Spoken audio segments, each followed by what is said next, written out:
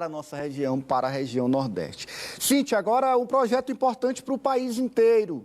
Mudanças no ensino médio, à vista. Conta tudo para a gente. Pois é, ontem, lembra que eu falei que hoje o ministro da Educação, Camilo Santana, viria aqui para apresentar essa proposta do ensino médio, do novo ensino médio? Pois é, ele esteve aqui e o presidente já vai apresentar esse projeto de lei no Congresso Nacional. É preciso fazer isso para alterar aquela reforma do ensino médio que foi feita no governo Bolsonaro. Aí um registro do momento em que foi assinado o projeto de lei. Teve a assinatura do presidente Lula, claro, do ministro Camilo Santana e de representantes do Ministério da Educação, também das escolas, dos estudantes. A gente está vendo aí uma estudante que também participou desse evento que aconteceu hoje à tarde aqui. As principais alterações, Ananias, eu listei aqui, são o seguinte: como a gente lembra, no governo anterior foi reduzida a carga horária obrigatória de 2.000, passou para 1.800 horas. Agora volta para 2.400 horas e as disciplinas obrigatórias, que deixaram de ser obrigatórias, voltam para o currículo escolar.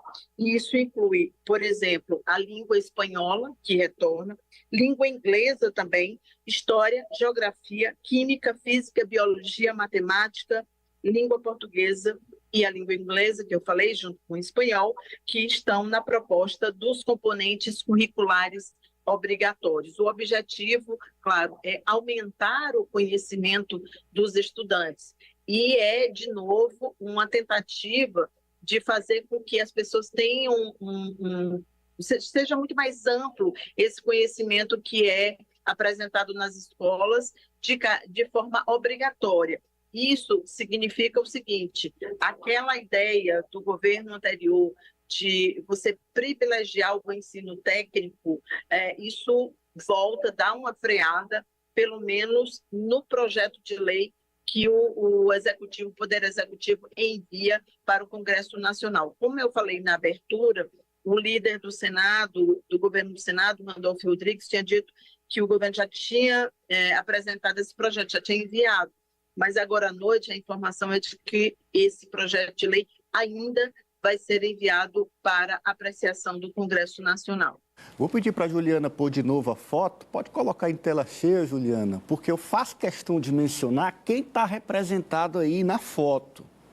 O presidente Lula, o ministro Camilo Santana e nomes do Conselho Nacional de Educação, do Fórum Nacional de Educação, do Fórum Nacional dos Conselhos Estaduais e Distrital de Educação, do Conselho Nacional de Secretários de Educação e da União Brasileira dos Estudantes Secundaristas, a UBS. Ou seja, Alessio, um projeto que foi feito, mudanças, alterações, aperfeiçoamentos, com bastante diálogo, partindo do princípio do diálogo, de quem faz a educação do país. Ananias, diferente das últimas reformas que a gente tinha visto no Ministério da Educação, que foram feitas muitas vezes da noite para o dia, de forma a não dialogar com a população e principalmente também com os estudantes. A gente teve uma ampla participação, inclusive estudantil, teve representantes também da União Nacional dos Estudantes que participaram, inclusive fizeram escuta pública com diversos estudantes, fizeram esse ano já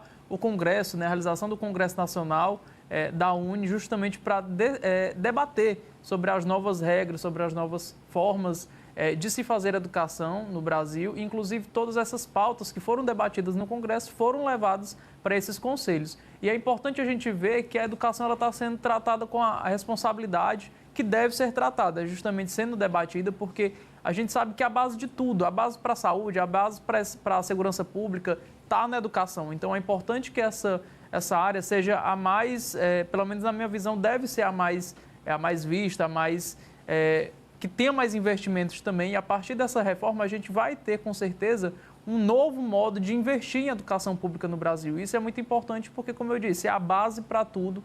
E é muito importante a gente ver nomes ligados realmente à pasta da educação. Não é qualquer pessoa que vai estar falando sobre um setor que não conhece, uma área que não conhece, mas pessoas com propriedade de causa E o mais importante disso tudo, Ananias, é realmente esse debate, essa discussão feita do que deve e do que não deve fazer parte do Ministério e, nesse caso, do novo ensino médio. E o diálogo vai continuar agora no Congresso Nacional, Marta.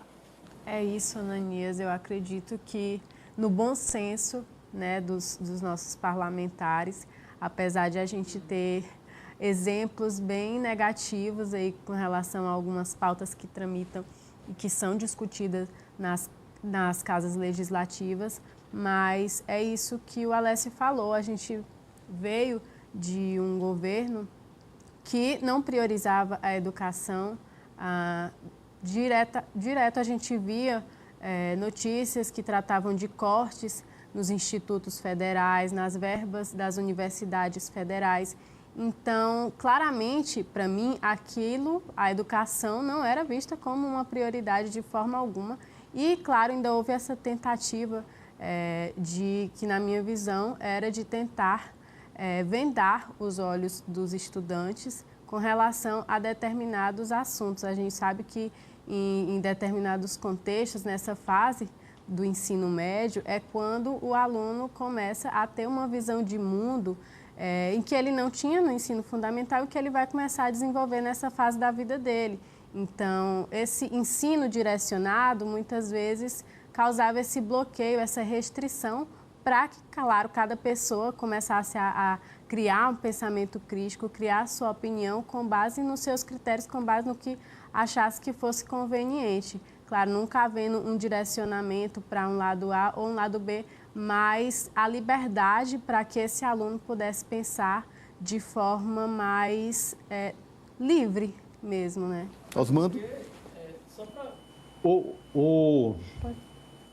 A gente, quando vê as críticas que eram feitas ao tal projeto ao tal ensino médio que estava em vigor, elas se direcionam exatamente para a falta de infraestrutura das escolas, para a falta de formação adequada dos professores, interrupção do aperfeiçoamento de professores e a supressão de disciplinas tradicionais, como a Cíntia já citou. São elementos fundamentais para o sucesso do ensino médio. A gente vê por trás disso, claramente, que havia um interesse. O ensino médio é o filé, o grande fetiche da iniciativa privada. E a gente vê claramente que o governo passado, como alguns governantes estaduais ligados ao bolsonarismo, tem uma ânsia, uma fúria incrível no sentido de privatizar o ensino, sobretudo o ensino médio.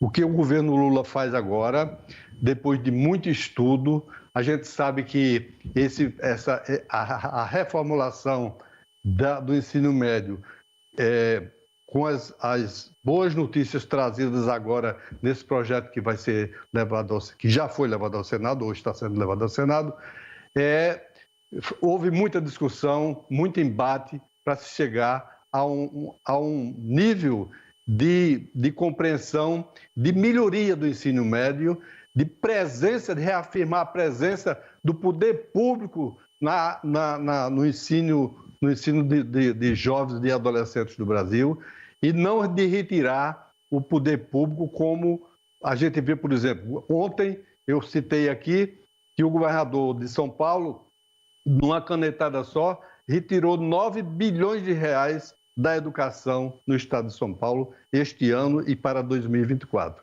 Isso significa que há uma intenção clara de desmoronar o serviço público como agente de transformação através da educação para facilitar o caminho daqueles que querem a privatização. Então, acho que o governo Lula corrige isso, tem a oportunidade agora de corrigir isso de maneira exemplar e de que nós possamos voltar a ter um ensino público de qualidade também no ensino médio. Já destaco o aumento na carga horária, né?